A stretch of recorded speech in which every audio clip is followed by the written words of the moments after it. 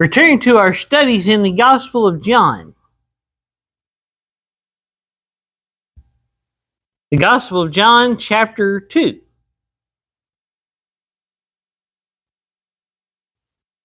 I find it interesting, and kind of a side note before we get started.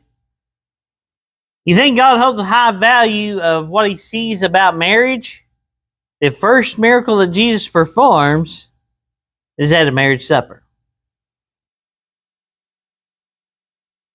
In the second chapter, and we'll begin at verse 1. And the third day there was a marriage in Cana of Galilee, and the mother of Jesus was there. So we have Mary there, and both Jesus was called and his disciples to the marriage. So there's Mary is there, and Jesus is there with his disciples, whom he just called in the first chapter. And we find some of the ones he found in the first chapter, and there's some others that came along. But there is an issue. Now, anybody knows me, knows I have a tendency to forget some things. Obviously, this bridegroom had forgot something very important for a marriage supper. Verse 3. And when they wanted wine, the mother of Jesus saith unto him, they have no wine. That's the problem now, isn't it? They want something and they don't have it. And it's not like it is today where you just go off and buy something like that. You know, there was a process to it. Process to all of it. And now they have none. Now I'll ask you a question. Kind of obvious question. Do you think Jesus already knew that the wine was gone? That there was none? What does Jesus not know, right? He knew exactly what was going on. There was no question he knew what was going on. There's no question that he was what everything was going on at this particular moment. He knows what everybody's thinking. He knows what Mary was thinking before she told Jesus that they had none.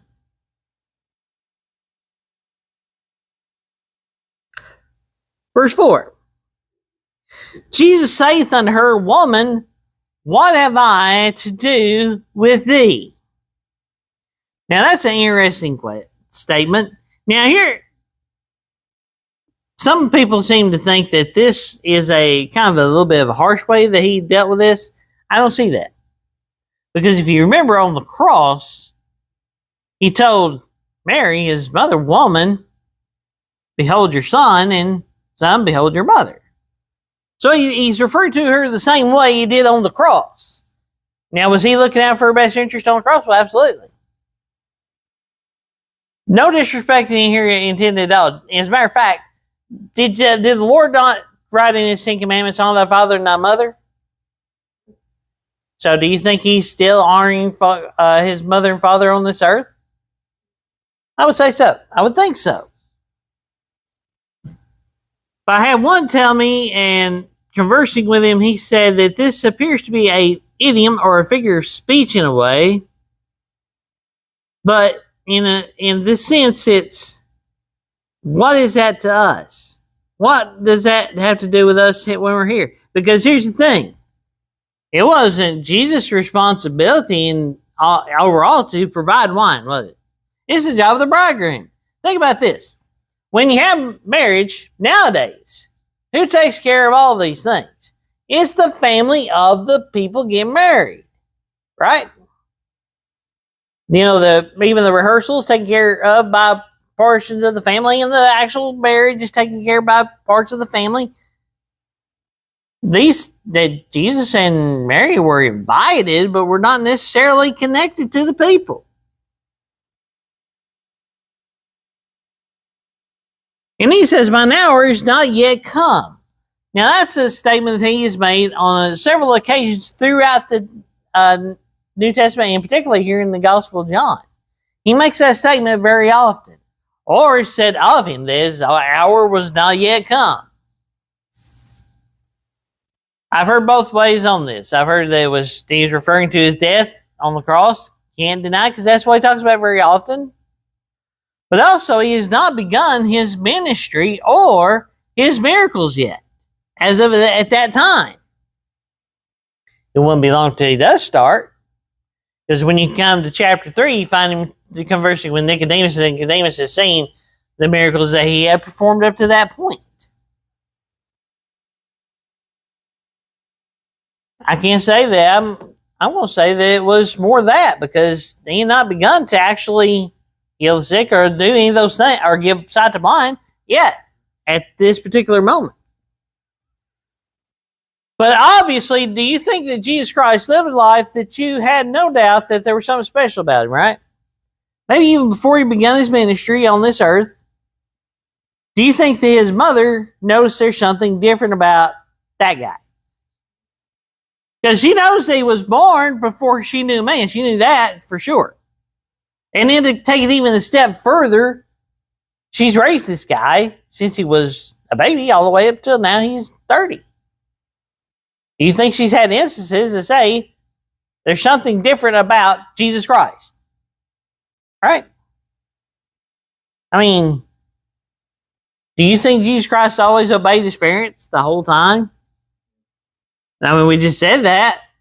Honor thy father and thy mother. It looks like he probably obeyed everything, became obedient in this earth to do everything exactly the way it's supposed to be done, right? But here we have this statement. His mother saith unto the servants, whatsoever he saith unto you, do it. Is that a good idea for us? Very quiet. Is it a good idea for you to do what Jesus Christ says to do? Now, because we know that Mary probably has noticed that what Jesus says is always 100% right. Because Jesus Christ can't lie. It's out of his nature. And Jesus Christ is infinitely smarter in knowledge than we are, is even his mother Mary, because he's God. He knows everything that there is. And Mary understands that there's something different about this Jesus, and says unto those servants, says, whatever he says you to do, do it. Would that be a good idea for us? When Jesus Christ says for us to do something, should we do it? If he says, I mean, you think about it, the Gospel of Matthew, chapter 6, he says, when you give alms, when you pray, when you fast, do it this way. And to judge not, and to all those things, and to take the straight and narrow path. Even going back to chapter 5, blessed are they that do these things, letting your light shine, letting you be the salt. When he says do that, it's a good idea for you to do it. And can you do it? Well, the Lord's not going to ask you to do something you can't do. That'd be crazy. Whatever he says to do, you do it. In the book of Romans, he says to present your bodies as a living sacrifice, wholly acceptable unto God, which is your reasonable service. He's not going to ask you to do something that is unreasonable. Right? But she has seen enough and understands enough, and says whatsoever he says to do, do it. Now, do you think that there is a blessing in seeing things done with the Lord when you're in his service? Take a listen to what happens. And there were set 6 water pots of stone, after the manner of the purifying of the Jews, containing 2 or 3 firkins apiece. I'm not sure what a firkin is. One day. But Jesus saith unto them, fill the water pots with water. And they filled them up to the brim. So here they did exactly what they were supposed to do, didn't they? He said, fill the water pots. They filled it up to the brim. They got it all the way full. Can we do that? When the Lord says do something, can we do it to the best of our abilities, all the way to the top? You know, that's the way I want. Do you want your stuff? Let me state this the way I want to say it. If you go by a fast food restaurant, do you want them to fill your cup all the way to the top where it's almost coming out the top of that lid? I do. I like it when it's good and full. Plenty of ice, plenty of drink. So in this case, he said fill the water pots, and they filled them all the way up to the top. All the way to the top.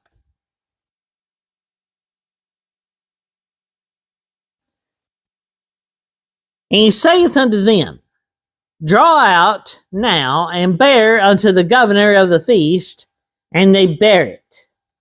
So now he has got that water that was in those water pots, and now he says, pull it out. It's something different, isn't it? They put water in, now they got wine to give to the governor of the feast, the guy that's supposed to have provided it to begin with. And when the ruler of the feast had tasted the water that was made wine, and knew not whence it was. So this governor has tasted it, and he don't know where it's come from. Because the last he had heard, I'm sure, is that they had none. Right? That they hadn't had any for several minutes now, probably. He thinks they're out. He thinks there's nothing they're going to be able to do about it. They wanted wine, there isn't any.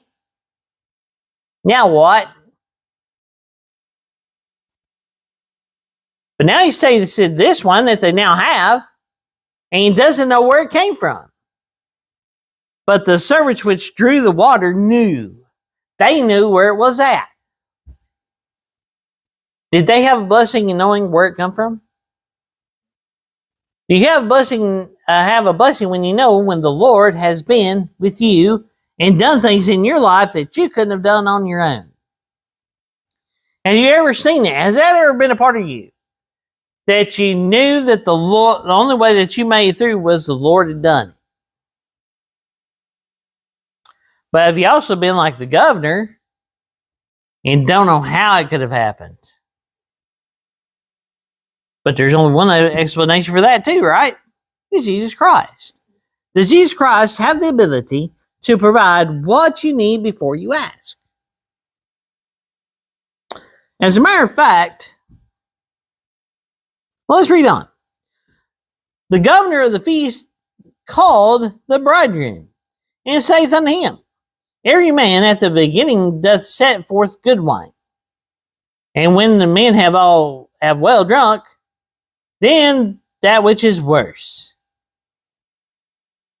So, it's kind of an interesting statement he makes. When they've drunk the good wine, their senses have become a little bit numbed. You've seen people like that, I'm sure. And then it get the worse. But thou hast kept the good wine until now.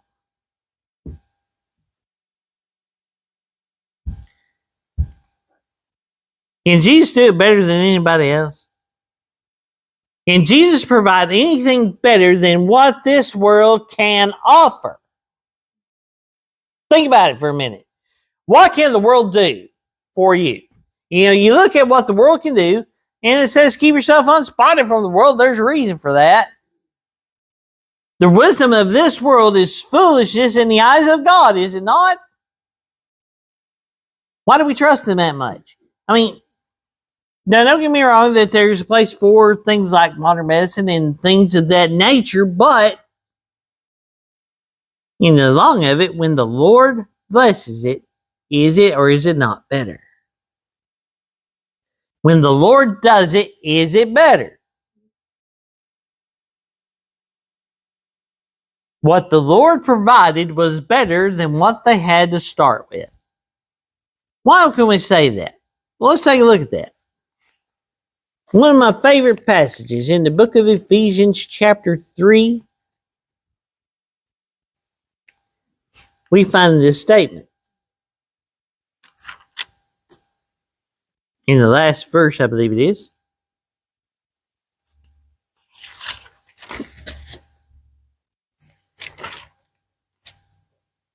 Next to the last verse, verse 20.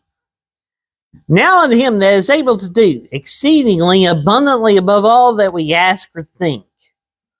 What was there at that time? What did they look for? They looked for wine, right? They were looking for the things that they need for this supper. They asked the Lord for it, and she told what the Lord what we need, or what they say they need. And he says, now unto him that is able to do exceedingly abundantly above all that we ask or think. Ooh. Now think about that for a minute. Unto him that is able to do. What can the Lord do? More than you can imagine. Think about that for just a minute. Let me put it this way. I've said it this way before. Think about what you think the Lord can do. In our minds are contaminated by sin. And we can only understand pretty much what we can see and feel and experience with our five senses, right? And even with an eye of faith, sometimes we have trouble seeing all these things. But it says, now unto him that is able to do exceedingly abundantly above all that we ask or think, whatever you think the Lord can do, he can do more. What can the Lord do? More. What can the Lord do for you in the circumstances you face? More. Unto him that is able to do exceedingly abundantly above all that you ask or think. So at this marriage supper, what they had asked the Lord to do, to help with, to seek what he can do, the Lord was able to do more and better than they anticipated, didn't he? Had the better wine that came this time than what they started with. Because the Lord is able to do more than we think. And that's not saying anything bad about anybody. That's more than anybody can think. The Lord is able to do that. So we have our text here in John chapter 2, and we have Jesus as turned water into wine, able to provide for that. How much can the Lord provide for you? Verse 11 says, this beginning of miracles did Jesus in Cana of Galilee, and manifested forth his glory, and his disciples believed on him. Can you say there are times you've seen when the Lord's worked in your life that you say you believed on him? In a sense, you saw what the Lord did in your life. You understand it had to be him. Is that a regular thing for the Lord? Well, let's take a look at that in one of the most well-known passages, and this is where we'll conclude our services today, in the 23rd Psalm. Now, a lot of people have this in their pamphlets at their funerals, and that's all right. But really, by and large, the 23rd Psalm is a psalm for people that are alive. People that need to know. Is there every time that you needed to know what the Lord is able to do? In this chapter in our text in Gospel of John, we can see him do it. But how does that affect you in your day-to-day life? And we're going to take a look at that today for the rest of the time that we have. The 23rd Psalm, verse 1. The Lord is my shepherd, I shall not want. How many times the Lord referred to his people as his sheep? Well, who's your shepherd? The Lord. The Lord is my shepherd. Do you need another shepherd? No.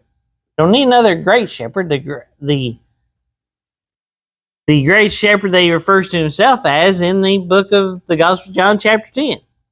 And he said, I know my sheep and they hear my voice. Are you glad that Lord knows his sheep? And how many of you are thankful to know that you have a relationship with that shepherd? The Lord is my shepherd. I shall not want. He makes me to lie down in green pastures. What is a green pasture for a sheep? What is the sheep going to do in a green pasture? He's going to eat. He's going to graze. I heard it. He's going to eat. Does the Lord know how to provide you something to eat? And we're going to get to even a little bit even past that here in just a few minutes. But he leads those sheep by the still waters. Because I found this out, read this somewhere, I forgot where I drink out of water that is disturbed. If you took a sheep to Fall Creek Falls, he's not going to drink that water. Now we might, because that's good, clean, clear water up there in that state park. But sheep won't drink it because it's troubled. He won't drink the troubled water. Do you think the Lord knows that about you? Does the Lord know how to provide you with the food and water and the things you need for your day-to-day life? Every time. Does the Lord know everything there is to know about his sheep? Does he know where to lead them? Does he know where to lead them in the green pastures and where to lead them by the still waters? He restoreth my soul. He leadeth me in paths of righteousness for his name's sake. Can the Lord lead you to where you need to go? Leads you into the right paths. In the book of Jeremiah, chapter 6, he says, to seek and ask for the old paths, wherein is the good way. Does the Lord have the right path? Do we sometimes need to ask where that path is? Let me ask you a question. Have you ever got on the wrong path? Can't blame it on the Lord because he leads you on the right paths. You follow the Lord, you'll find the right way. You see, when it talks about the old paths, it's not talking about the old paths of the last 100 or 200 years. Yeah, there's nothing wrong with those things and the traditions that you have as long as they're biblical tradition. But he says, he leadeth me to the right, into the paths of righteousness for his name's sake. He leads you where the right way to go is. And where do you find that? You find the Word of God. And he asks the Lord to lead you to understand which way to go. Matter of fact, it tells us in the book of Matthew chapter 6, it tells us to seek and ask, to seek the Lord, and all these things shall be added unto you. Seek ye first the kingdom of God, is how it actually says. How do you seek first the kingdom of God? Well, you seek his kingdom in every decision you make. You seek him first. You know, I used to think you put the Lord number one on the list, and that's all right. But you put him in front of everything on your list. You do a lot better. Is there ever a decision you should make without the Lord? I wouldn't want to do that. How about you? Seeing how much the Lord knows and how he's able to do exceedingly above all that you ask or think, where else would you want to go but to the Lord?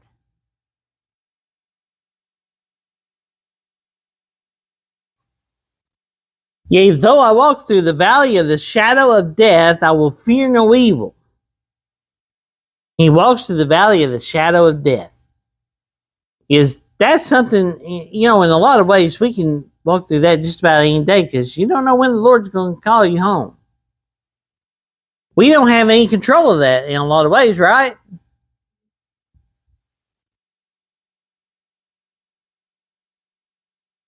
But he says, yea, though I walk through the valley of the shadow of death, I will fear no evil, for thou art with me.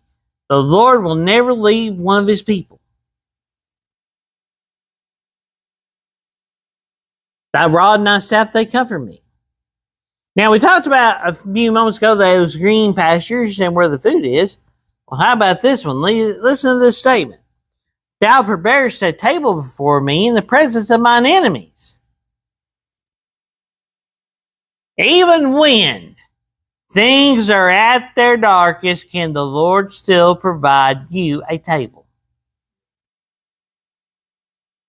In the worst instances of your life, in the presence of your enemies, whatever your enemy is. Now, you can fill in that blank with a lot of things. It's kind of like Goliath, what I've said about Goliath. We can fill in a lot of things about what your Goliath is in your life. You can say what your enemy is that you have trouble with every day. Now, I want to tell you something. One thing you have a lot of trouble with, and I know you have trouble with it because you're still alive, is sin. Do you have trouble with sin? Do you have an enemy with sin?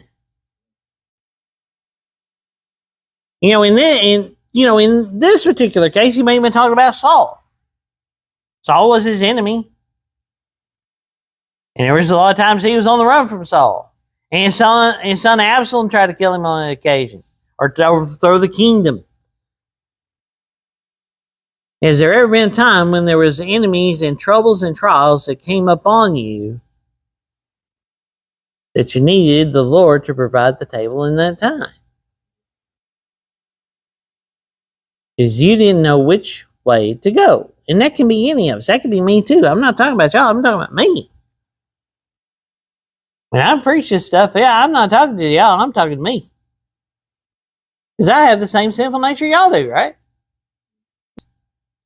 Now anointest my head with oil, my cup runneth over. Now those men that fill those water pots, they fill them up to the brim. The Lord did more than that, didn't he? In your life, he said, David said, my cup runneth over. Have you ever felt times that your cup run over? And maybe past the brim?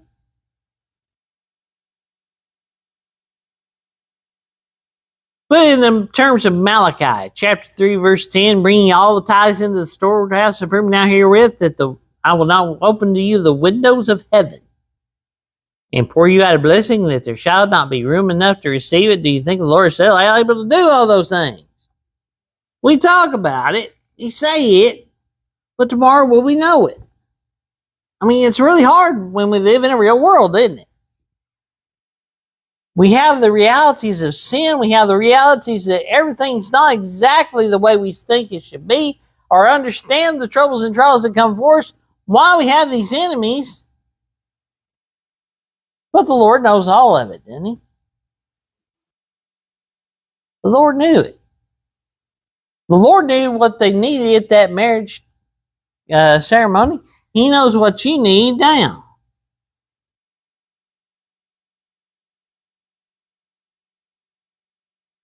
Surely goodness and mercy shall follow me all the days of my life. Can you say that the Lord's been good to you all the way through to now? And can you say the Lord will be good to you tomorrow? Do you trust that? Surely goodness and mercy shall follow me. We talked about God's mercy a little bit Wednesday night. He would have mercy on whom he will have mercy. And we talked about that for the eternal sense, but I talked about do we have his mercy every day?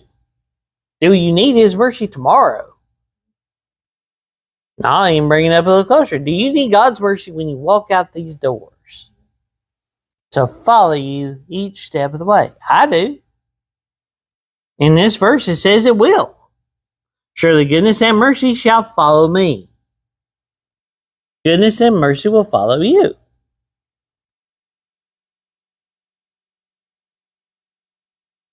Surely goodness and mercy shall follow me all the days of my life.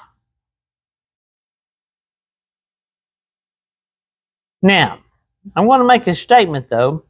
If there are ever times in your life you felt like you didn't feel the Lord's mercy, did the troubles get so dark you didn't feel it right? I've been there. How about you? Because here's the reality. We're going to deal with troubles, trials. We're going to face those things every day. There's going to be things that we don't understand, we don't like. We don't understand it. That doesn't change God's mercy. Through all the days of David's life, all the way up till David went to glory. Think about this. When David sinned with Bathsheba and killed Uriah the Hittite, the statement was made that the sword will never depart your house. David's country nor his kingdom was at peace any of the rest of his life. But was God's mercy still there? You have the sword. He still had to do battle. He still had to be a warrior, which he really was.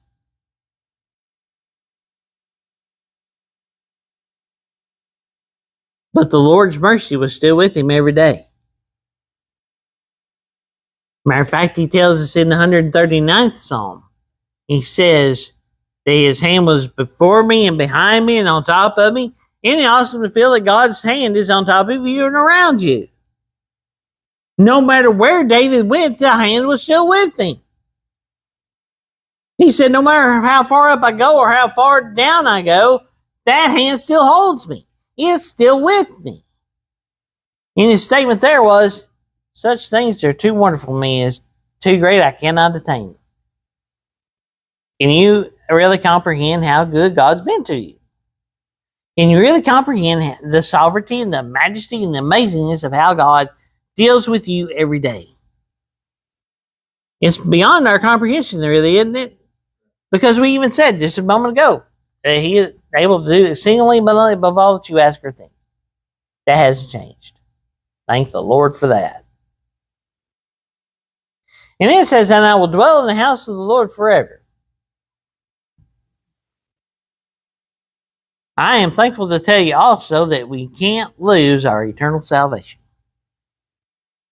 What did he tell us in the book of the Gospel of John, chapter 6? I'm going to get to that chapter soon enough. But he tells us that he is said that he would what? Lose nothing. Is God going to lose you? Or is he going to take you to be in glory and dwell there forever? I don't believe there's any way that God can lose anyone that he intended to have. Mainly because he said, I will lose nothing. Mainly because the Lord doesn't fail. He will not fail, neither be discouraged.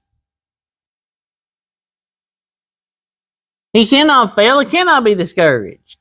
Think about it. Does the Lord do what he wants? The Lord is not defeated. He's not worried about how it's going to come out. He said it's finished on the cross of Calvary. That was a cry of victory. And he says when he comes back, he's coming back with a shout and the voice of the archangel. And that's going to be a shout of victory too, isn't it? Because he's going to take everyone he intended to have go to glory. And I want to tell you, there's some of them that we wouldn't have even believed be there, right?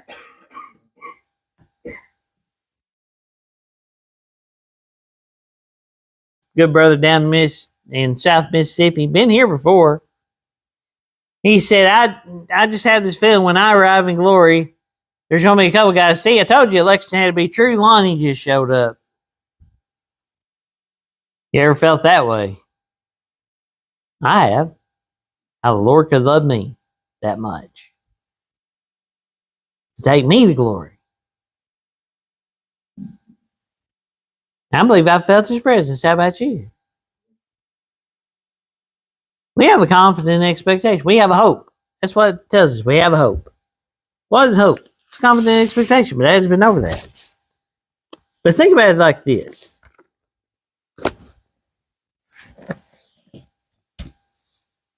We have the hope. Usually with an outstretched neck. You ever look for something and you're looking for it to come, you're looking for it, you're excited, right? You got joy, you know you're going to glory. You're looking for it. I'm looking for it. I'm excited about it. How about you? All this sin and all the troubles and all the trials and all the problems that we have in this life, they're going to be done away with.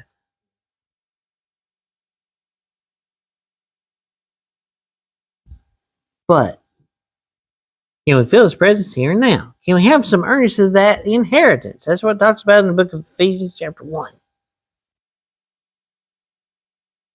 Can we say that the Lord has been with us every step of the way and provided what was necessary? Sometimes even in a miracle sense, in that particular instance, when you turn water into wine. And provided more and better than what they started with.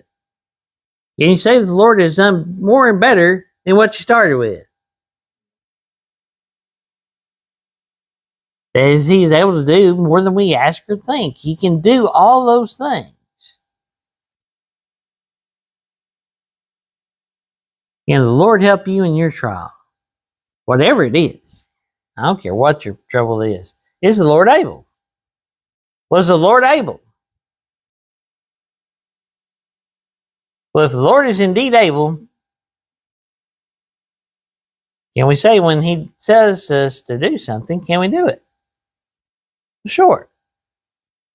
Through our walks, through our troubles and trials, and trying to be disciples of the Lord, can we say that the Lord can go with us in all those things? The troubles and trials in the mountaintops and the valleys. Does the Lord know how to provide for you? That better wine? That better country? Is the Lord our shepherd to guide us? Is the Lord able to do better than we think? May the Lord bless you and keep you, as I pray.